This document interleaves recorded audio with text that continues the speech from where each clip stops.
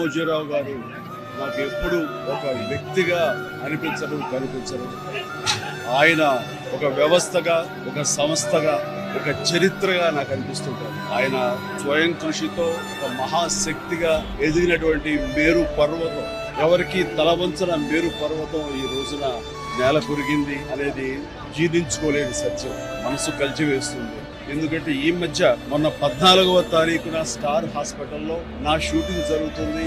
అదే స్టార్ హాస్పిటల్లో ఆయన కూడా చికిత్స కోసం ఉన్నారు అక్కడ రూమ్ లో అన్నప్పుడు ఆయన వెళ్ళి పలకరిద్దాము అని అనిపించిన నాకు ఇన్ఫెక్షన్స్ అవి వస్తాయేమో, వద్దు విజిటర్స్ అని డాక్టర్స్ అన్న మాటకి నేను గౌరవిస్తూ ఆ రోజున చూడలేదు. మళ్ళీ త్వరలో చూస్తాను, కలుసుకుంటా అనుకున్నాను, కానీ ఈ విధంగా కలుసుకుంటానని నేను ఊహించలేదు, అనుకోలేదు.